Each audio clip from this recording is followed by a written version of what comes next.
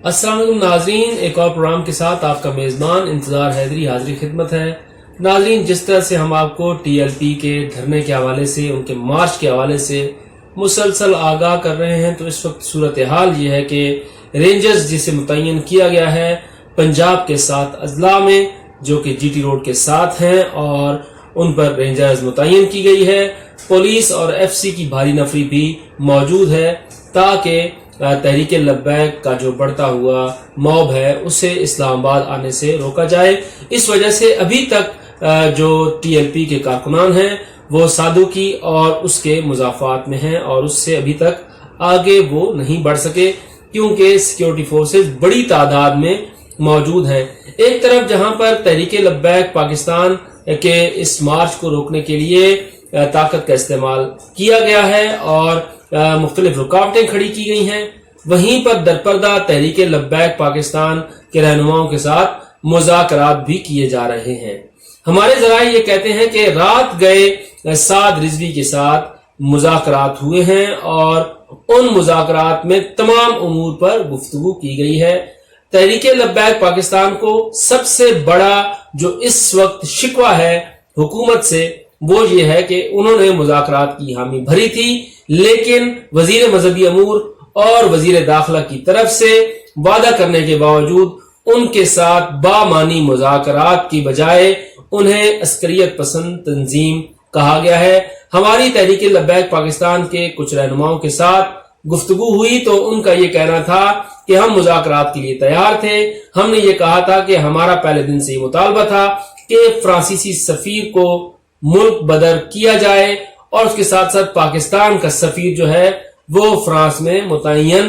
न किया जाए। इसके अलावा जो हमारा धरना 2020 में हुआ था, उसके बाद हमारे जो कारकुनान गिरफ्तार किए गए थे उन्हें रिहा किया जाएगा और मार्च के शुरका पर कोई मुकदमा दर्ज नहीं किया जाएगा। लेकिन इसके बरक्स हुआ, हमारे कारकुनान गिरफ्तार भी हुए और हमारी मरकजी क़यादत समेत कई रहनुमाओं को गिरफ्तार भी किया गया और उन्हें फोर्थ शेड्यूल में भी डाला गया। यही बात एक मरतबा फिर जो हमने अब धरना दिया है उसमें जब हमारे साथ हुकूमत की तरफ से मुज़ाकरात हुए तो दोबारा ये बात हमने रखी थी सामने, क्योंकि जब हमसे पंजाब हुकूमत की तरफ से मुज़ाकरात की बात की गई थी तो उस वक्त भी हमने ये कहा था कि हम मुज़ाकरात सिर्फ और सिर्फ उसी हुकूमत या उन्हीं वज़रा से करेंगे जिनके साथ हम पहले मुज़ाकरात कर चुके हैं, ताकि उन्हें उनके वादे याद दिलाएं। नाज़रीन, वजीर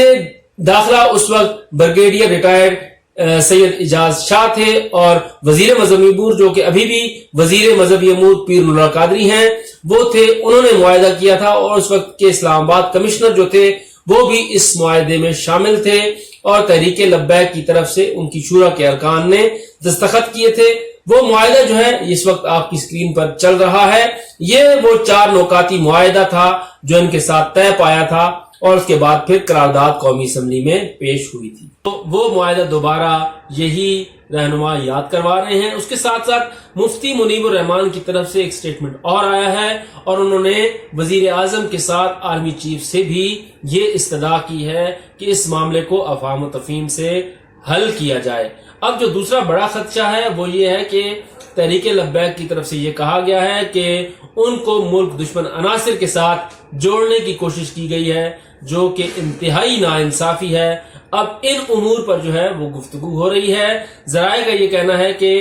कोशिश की जाएगी कि मामलात अफवाह व तफहीम के साथ हल किए जाएं और कोई बड़ा तनाज़ा जो है वो न बने और मामलात जो हैं वो खुश उसलूबी से तय पा जाएं। लेकिन एक और बात जो इंतहाई अहम है वो ये है कि मुसलसल तहरीक लब्बैक की तरफ से फ्रांस की हुकूमत को और यूरोपीय यूनियन को तनकीद का निशाना बनाया गया है। तो ये आलमी कुव्वतें भी इस वक्त तहरीक लब्बैक पर नजर रखे हुए हैं।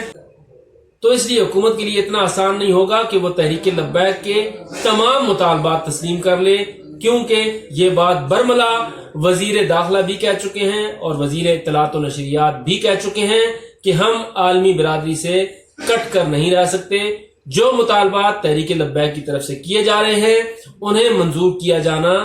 ممکن نہیں ہے۔ البتہ ختم نبوت کا جو معاملہ ہے اور جو توہین آمیز خاکوں کا معاملہ ہے وہ پہلے ہی حکومت اقوام متحدہ سمیت عالمی برادری کے سامنے اٹھا چکی ہے، تو پھر تحریک لبیک کیوں بار بار یہ معاملہ اٹھا کر احتجاج کرتی ہے؟ ایک دوسرا جو معاملہ ہے وہ یہ ہے کہ تحریک لبیک کے پاس افرادی قوت بھی ہے اور اس کے ساتھ ساتھ ان کا ایک ووٹ بینک بھی موجود ہے، تو یہ بھی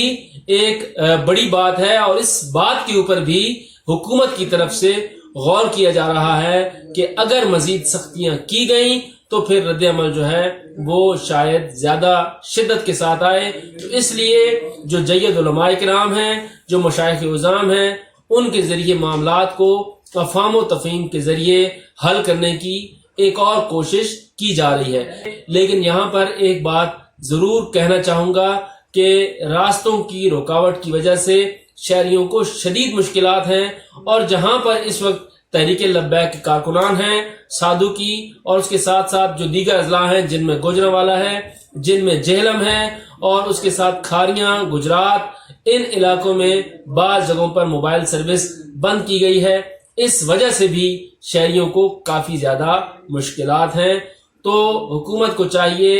اور تحریک لبیک کو بھی چاہیے کہ درمیانی راہ اختیار کریں اور معاملات کو افہام و تفہیم سے حل کریں، تاکہ پاکستان جو پہلے ہی بہت سے مسائل میں گھرا ہوا ہے مزید مشکلات اس کے لیے پیدا نہ ہوں۔ اس حوالے سے مزید جو بھی خبریں ہوں گی، جو بھی اپڈیٹس ہوں گی، ہم آپ کو آگاہ کرتے رہیں گے۔ ہمارا چینل دیکھتے رہیے اور اپنی رائے کا اظہار ضرور کیجیے۔